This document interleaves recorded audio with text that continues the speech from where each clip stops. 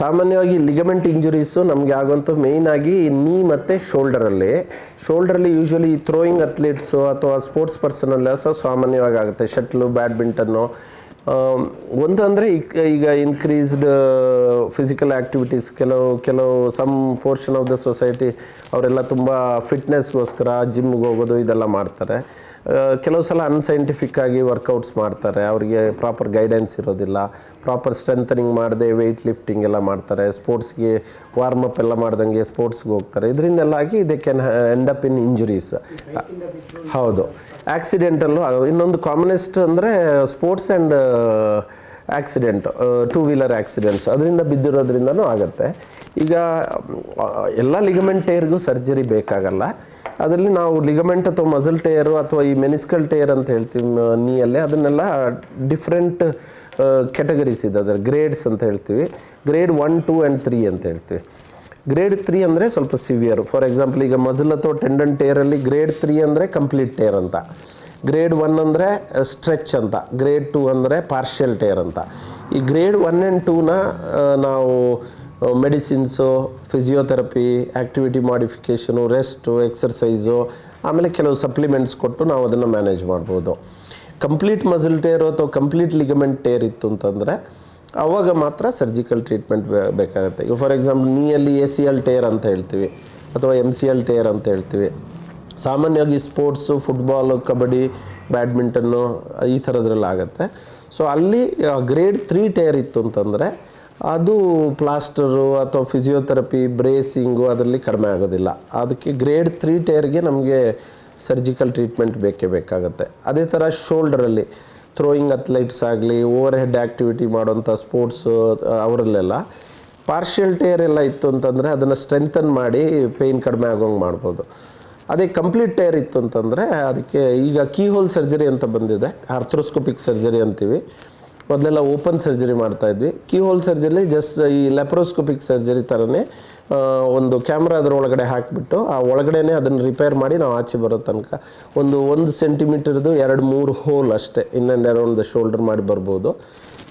Early recovery ಇರುತ್ತೆ, bleeding ಇರೋದಿಲ್ಲ, pain ತುಂಬ ಕಮ್ಮಿ ಇರುತ್ತೆ. ಅದಾದಮೇಲೆ ಫಾಲೋಡ್ ಬೈ ಫಿಸಿಯೋಥೆರಪಿ, ಎಕ್ಸರ್ಸೈಸ್ ಎಲ್ಲ ಮಾಡೋದ್ರಿಂದ. ಅದೇ ಥರ ACL ಟೇರ್ ಅಂತ, ಆ್ಯಂಟೀರಿಯರ್ ಕ್ರೂಷಿಯೇಟ್ ಲಿಗಮೆಂಟ್ ಟೇರ್ ಅಂತ ಹೇಳ್ತೀವಿ. ಅದರಿಂದಾಗಿ ಇನ್ಸ್ಟೆಬಿಲಿಟಿ ಆಗುತ್ತೆ, ಓಡೋಕ್ಕಾಗಲ್ಲ, ಆಟ ಆಡೋದಕ್ಕಾಗಲ್ಲ. ಅದನ್ನು ಈಗ ಒಂದು 2 days ಆಫ್ ಹಾಸ್ಪಿಟಲೈಸೇಷನ್ನು, ಕೀಹೋಲ್ ಸರ್ಜರಿ ಮಾಡಿ ಅದನ್ನು ರಿಕವರಿ ಆಗೋಂಗೆ ಒಂದು 6 weeks ಆಫ್ ಫಿಸಿಯೋಥೆರಪಿ ಮಾಡಿದ್ರೆ ಮತ್ತು ನಾರ್ಮಲ್ ಆ್ಯಕ್ಟಿವಿಟೀಸ್ ಮಾಡೋಂಗೆ ಅದನ್ನು ರಿಕವರಿ ಮಾಡೋಷ್ಟು ಟೆಕ್ನಾಲಜಿ ಅವೈಲೇಬಲ್ ಇದೆ. ಬಟ್ ಎಲ್ಲ ಲಿಗಮೆಂಟ್ ಟೇರು, ಮಸಲ್ ಟೇರ್ಗೂ ಸರ್ಜರಿ ಬೇಕಾಗಲ್ಲ. ಒಂದು 60 to 70% of the tears grade 1 and 2 ನಾವು ಅದನ್ನು ಕನ್ಸರ್ವೇಟಿವ್ ಮಾಡ್ಬೋದು. ಕಂಪ್ಲೀಟ್ ಟೇರ್ಗಳಿಗೆ ಮಾತ್ರ ಸರ್ಜರಿ ಬೇಕಾಗುತ್ತೆ. ಹೌದು, ಈಗ ಒಕೇಶನಲ್ ಪೇಯ್ನ್ ಬಂತು, ಯಾವಾಗಲೂ ಏನೋ ಎಕ್ಸರ್ಸೈಸ್ ಮಾಡಿದ್ವಿ, ಏನೋ ಟ್ರಾವೆಲ್ ಮಾಡಿದ್ರಿ, ಏನೋ ಮನೆಯಲ್ಲಿ ಎತ್ತಿದ್ರಿ, ಒಂದು ಸಿಂಪಲ್ ಪೇಯ್ನ್ ಅಂದ ತಕ್ಷಣ ನೀವು ಎಲ್ಲದಕ್ಕೂ ಏನೋ ಡಾಕ್ಟ್ರ್ ಹತ್ರ ಹೋಗಬೇಕಾಗಿಲ್ಲ. ಹೋಮ್ ರೆಮಿಡೀಸು, ಐಸ್ ಪ್ಯಾಕ್ ಹಾಕ್ಕೋಬೋದು, ಜೆಲ್ ಹಚ್ಕೋಬೋದು, ಒಂದು tablet, mild pain killer. But ನಿಮ್ಮ ಮೆಡಿಕಲ್ ಕಂಡೀಷನ್ ಏನಂತ ಗೊತ್ತಿರಬೇಕು. ನೀವು ಡಯಾಬಿಟಿಕ್ಕಾ, ನಿಮ್ಮ ಕಿಡ್ನಿದು ಕ್ರಿಯಾಟಿನ್ ಲೆವೆಲ್ ಬಾರ್ಡರ್ ಲೈನಲ್ಲಿ ಇದೆಯಾ, ಅಥವಾ ಹಾರ್ಟಲ್ಲಿ ಸ್ಟೆಂಟ್ ಹಾಕಿದಾರಾ, ಪೇಸ್ ಮೇಕರ್ ಹಾಕಿದಾರಾ. ಈಗ ಚಿಕ್ಕವ್ರಿಗೆ ಬರೆದಿರೋ ಟ್ಯಾಬ್ಲೆಟ್ನೇ 65 ವರ್ಷದವರೆಗೂ ಕೊಡೋಕ್ಕಾಗಲ್ಲ. ಎಲ್ಲ ಪೇಯ್ನ್ ಕಿಲ್ಲರು ಎಲ್ಲರಿಗೂ ಅಲ್ಲ. ಸೊ ಒಂದು ಬೇಸಿಕ್ ಅಂಡರ್ಸ್ಟ್ಯಾಂಡಿಂಗ್ ಇರಬೇಕು, ಏನು ಪೇಯ್ನ್ ಕಿಲ್ಲರ್ ತೊಗೊಳ್ತಾ ಇದ್ದಾರೆ ಅಂದರೆ, ಎಸ್ಪೆಷಲಿ ಏಜ್ ಆಗಿರೋರಿಗೆ.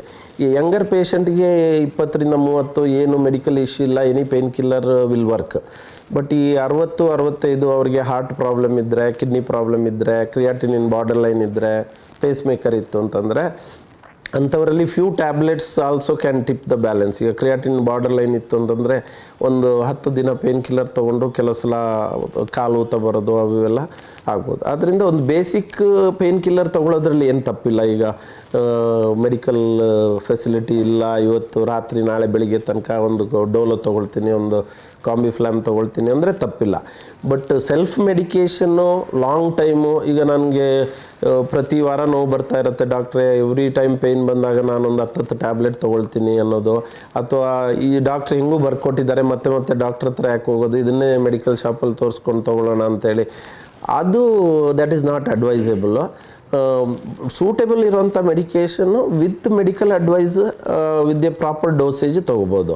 ಇನ್ನೊಂದು ಏನಾಗುತ್ತೆ ಅಂದರೆ ಕ್ರಾನಿಕ್ ಡಿಸೀಸಲ್ಲೆಲ್ಲ ಈ ಸ್ಟಿರಾಯ್ಡ್ ತುಂಬ ಚೆನ್ನಾಗಿ ವರ್ಕ್ ಆಗುತ್ತೆ. ಬಟ್ ಅದನ್ನು ಹಿತವಾಗಿ ಮಿತವಾಗಿ ಉಪಯೋಗಿಸ್ಬೇಕು ಅಂಡರ್ ದ ಮೆಡಿಕಲ್ ಸೂಪರ್ವಿಷನ್ನು. ಕೆಲವ್ರು ಏನು ಮಾಡ್ತಾರೆ, ಅದು ತೊಗೊಂಡ ತಕ್ಷಣ ತುಂಬ ರಿಲೀಫ್ ಇದೆ ಅಂತ ಹೇಳ್ಬಿಟ್ಟು ಪ್ರತಿ ಸಲ ಹೋಗ್ಬಿಟ್ಟು ಅದನ್ನೇ ತೊಗೊಳ್ತಾರೆ.